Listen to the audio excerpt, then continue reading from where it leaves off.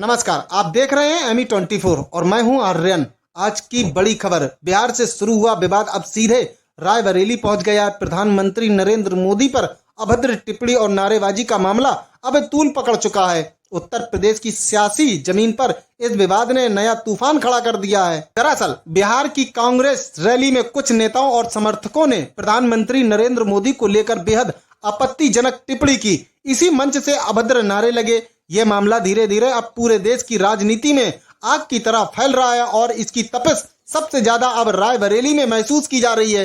रायबरेली कांग्रेस का गढ़, लेकिन आज यहाँ तस्वीर बिल्कुल अलग दिखी। डिग्री कॉलेज चौराहा शहीद चौक पर अचानक भारी भीड़ जमा हो गई। ये भीड़ किसी आम प्रदर्शन की नहीं थी, बल्कि भाजपा कार्यकर्ताओं का गुस्सा था। हाथों में राहुल गांधी का पुतला, पोस्टरों पर जूते चप्पल और गूंजते हुए नारे, सब कुछ इस बात का गवाह थे कि कांग्रेस की रैली में हुए बयानों ने भाजपा कार्यकर्ताओं को आग बबूला कर दिया। गुस्सा इतना बड़ा कि भाजपा कार्यकर्ताओं ने राहुल गांधी का पुतला जलाने की कोशिश की, लेकिन पुलिस ने तुरंत पुतला कब्जे में ले लिया। यहीं से शुरू हुई धक्का मुक्की और नोकझोंक। प्रदर्शनकारियों ने आरोप लगाया कि जब प्रधानमंत्री के खिलाफ अपमानजनक शब्द कहे गए, तब राहुल गांधी मंच पर मौजूद होकर भी चुप रहे और अब चुप्पी ही कांग्रेस का सबसे बड़ा अपराध माना जा रहा है। भाजपा कार्यकर्ताओं की मांग साफ है, प्रधानमंत्री के खिलाफ अपशब्द बोलने वालों पर सिर्फ कार्रवाई ही नहीं बल्कि राजद्रोह जैसी गंभीर धाराओं में मुकदमा दर्ज होना चाहिए। उनका कहना है कि ऐसे लोगों को जेल भेजे बिना जनता का गुस्सा शांत नहीं होगा।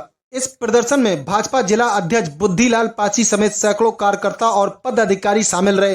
कार्यकर्ताओं ने धरने पर बैठकर नारेबाजी की और साफ कहा कि कांग्रेस का ये चेहरा देश कभी बर्दाश्त नहीं करेगा। मामले पर यूपी सरकार के मंत्री दिनेश प्रताप सिंह ने भी कांग्रेस और राहुल गांधी पर करारा हमला बोला। उन्होंने कहा, प्रधानमंत्री नरेंद्र मोदी का अपमान पूरे भारत की गरिमा का अपमान है। कांग्रेस जब जन समर्थन खो चुकी है तो ध्यान खींचने के लिए ऐसी सराहनीय राजनीति कर रही है। सबसे बड़ा सवाल यह है कि जब मंच से अभद्र भाषा बोली जा रही थी तब राहुल गांधी क्यों चुप रहे? क्या वह सहमति दे रहे थे? भाजपा और जनता इस राजनीति को कभी बर्दाश्त नहीं करेगी। स्पष्ट है कि यह विवाद केवल बिहार तक सीमित नहीं रहा, बल्कि रायबरेली से होते हुए पूरे देश की राजनीति में गूंज रहा है। भाजपा ने साफ संकेत दिया है कि आने वाले दिनों में इस मुद्दे को लेकर आंदोलन और भी तेज होंगे। अब बात राजनीति असर की। पहला, कांग्रेस के लिए यह विवाद सरदर्द बन सकता है। दूसरा, भाजपा इस मुद्दे को चुनावी हथियार बना सकती है, खास करके रायबरेली जैसे क्षेत्रों में जहां राहुल गांधी की सियासी पकड़ रही है। तीसरा, जनता के बीच ये सवाल लगातार गूंज रहा है कि प्रधानमंत्री पर हमला करने वाले लोगों पर अब तक कार्रवाई क्यों नहीं हुई। चौथा, कांग्रेस अगर जल्द सफाई नहीं देती है तो भाजपा इस विवाद को और ज्यादा हवा दे सकती है।